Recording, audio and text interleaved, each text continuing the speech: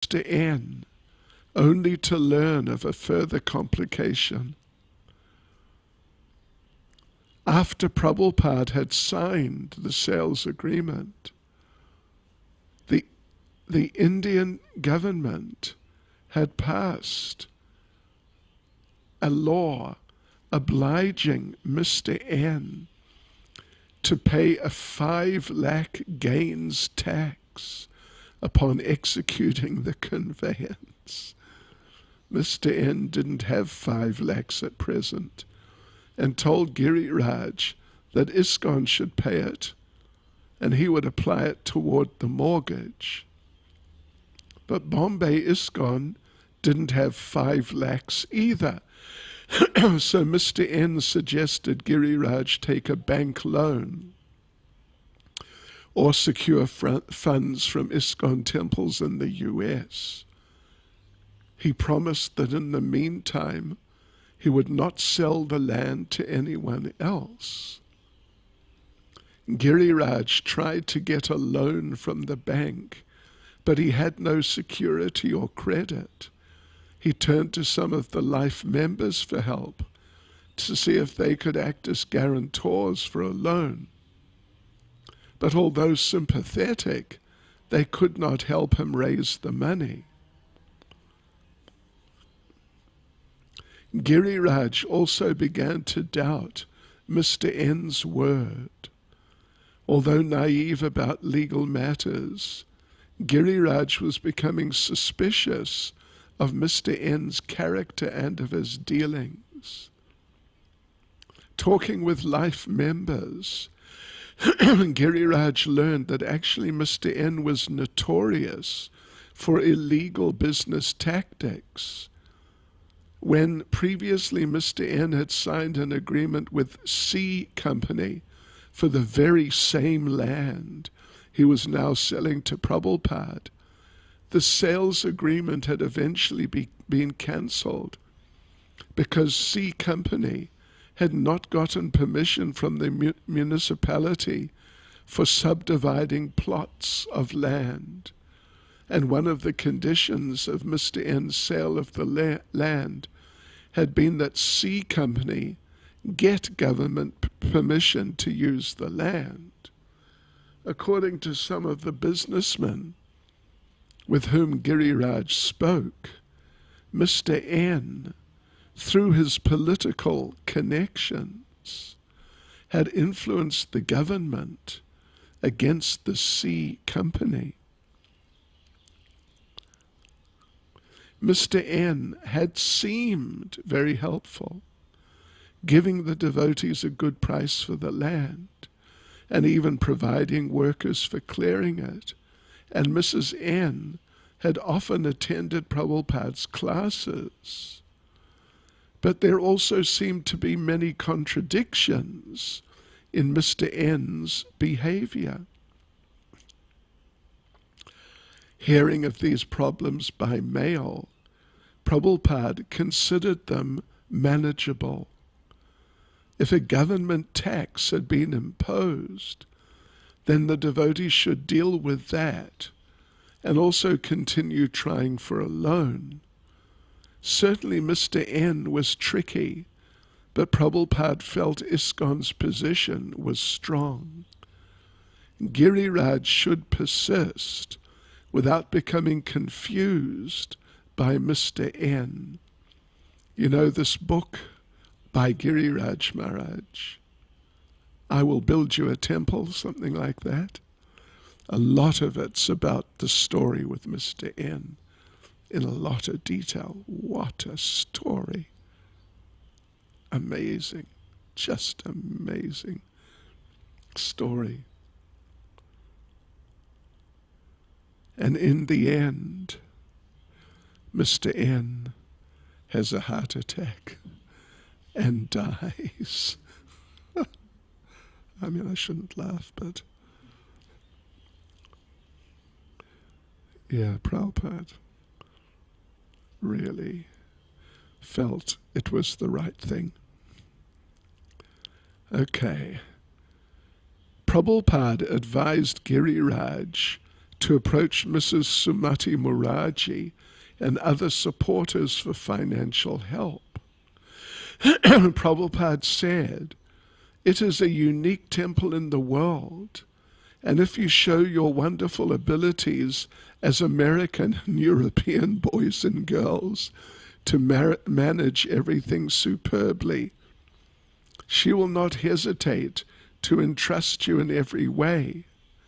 Therefore, there must always be goodwill and cooperation amongst yourselves for this huge task ahead.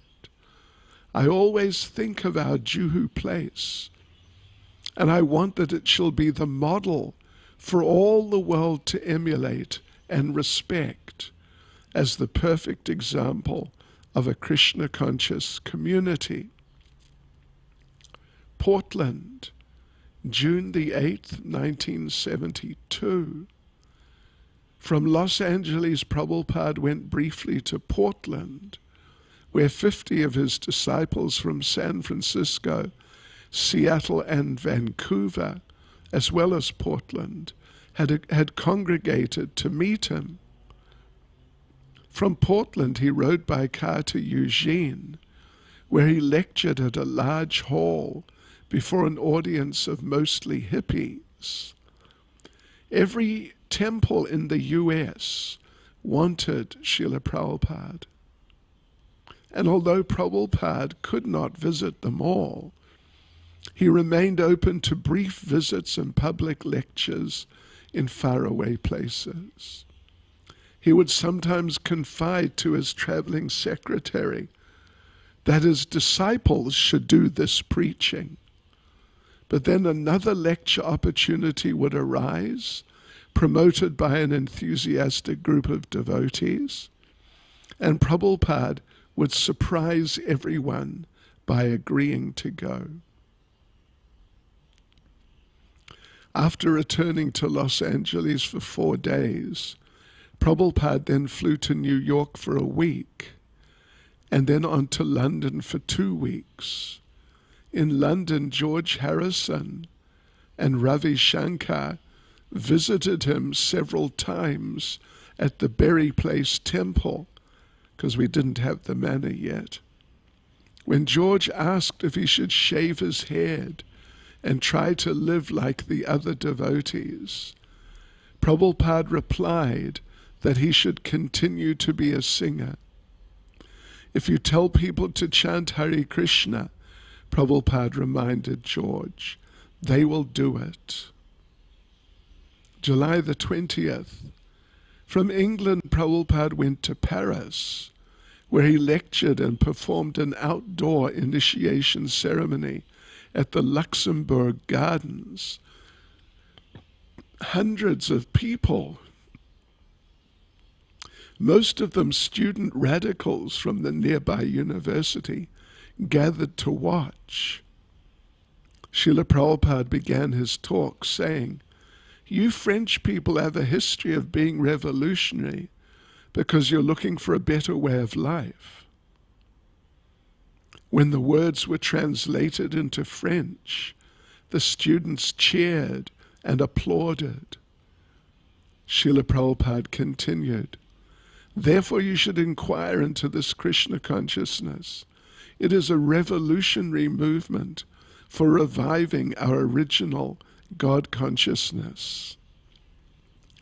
About 30 devotees from Germany had come to Paris, and most of them, along with many devotees from England, Amsterdam, and Paris, received initiation that day at Luxembourg Gardens.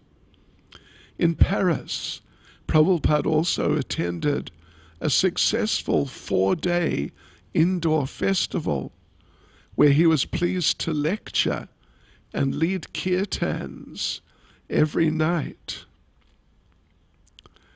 July 26th. In Amsterdam, Prabhupada installed deities of Lord Jagannath, Lord Balaram, and Subhadra, and lectured at Vondel Park before thousands of hippies. One day at Vondel Park, a devotee was addressing the crowd when Prabhupada suddenly told his disciples to stop. "These people are useless," he said.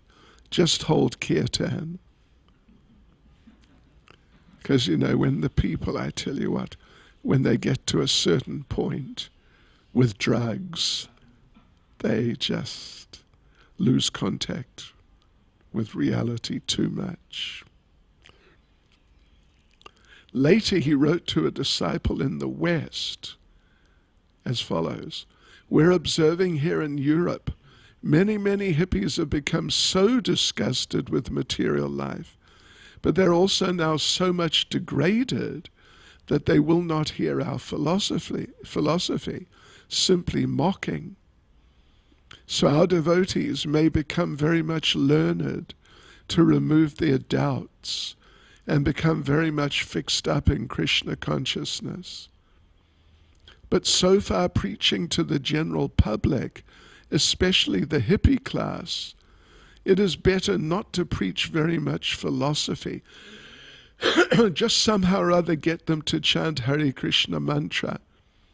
And if some of them are curious to learn something, they may purchase one of our books.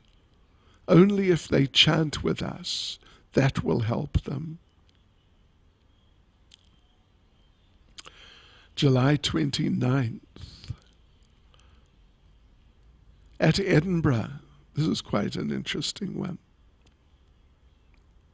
I mean, it's a little long, but it's really interesting, actually. At Edinburgh, Prabhupada was greeted by almost a dozen reporters from various newspapers in Scotland. Kishore. Edinburgh is a stuffy, puffed up, tradition-steeped place, but Prabhupada was very cordial and humble with the reporters. He was giving them so much credit about how nice the country was and how nice Edinburgh was, what nice buildings we have here. And he was saying, "You have 2 colleges here?" Yes, we have 2. Very proud they were. "So you have many students here?" Yes. "It's a very affluent city, Edinburgh?" Yes, very rich and opulent. And then Prabhupada said, "So you have so many students, and you have so many nice big buildings. You have so much facility for enjoyment." And they were agreeing, yes, we have all this.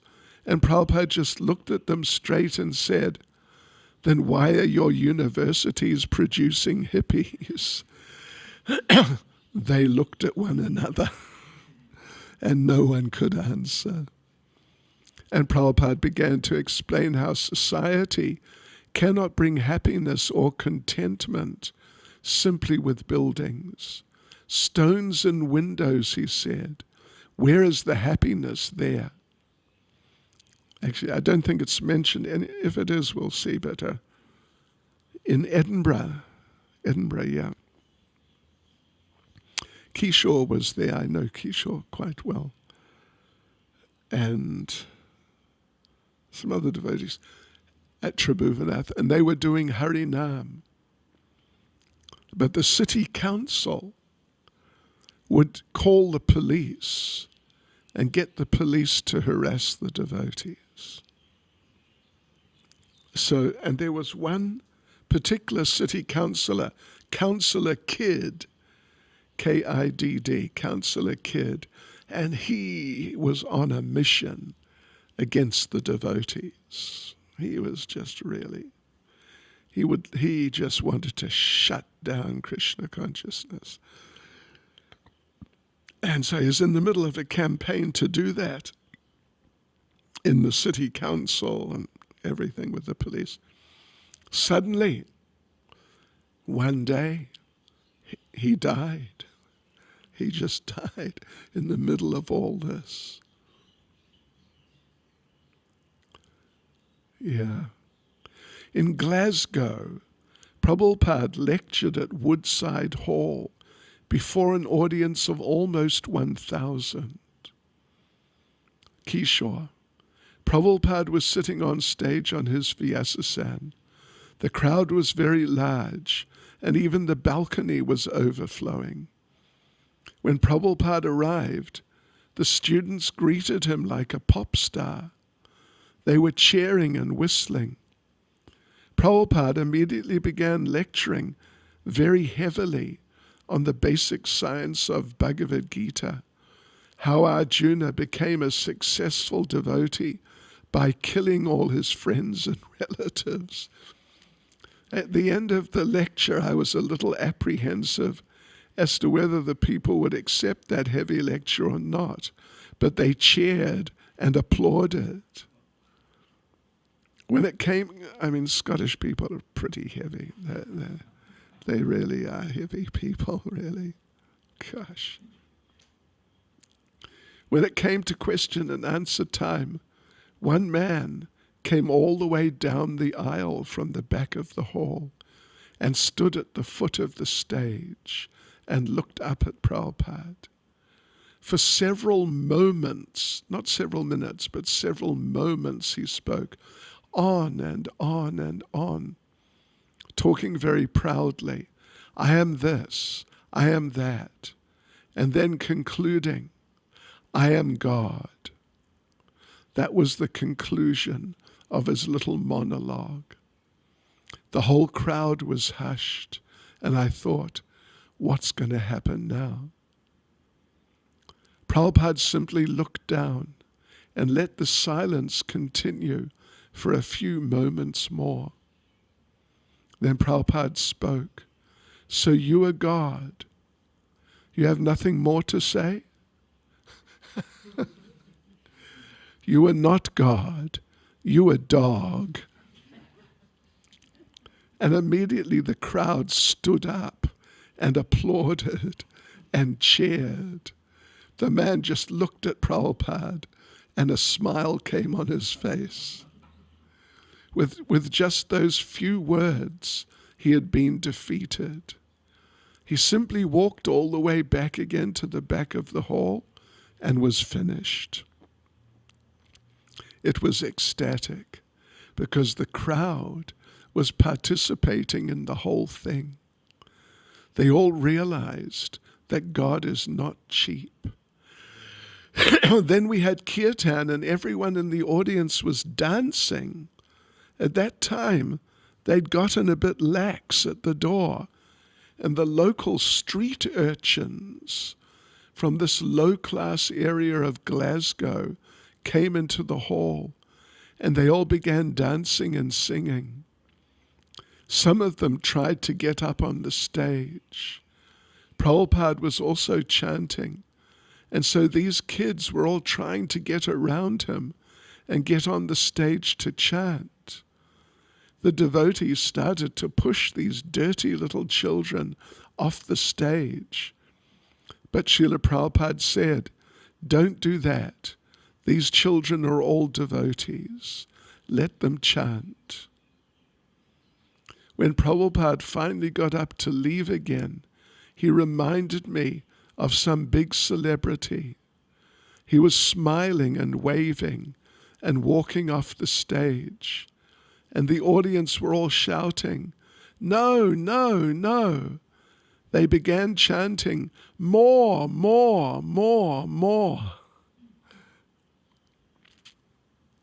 It's really amazing. I think that's a good place to end. Actually, I wasn't intending having a reading tonight. But anyway, good. Srila Prabhupada ki jai. No comment, question, anything? Hare Krishna. Thank you for the association.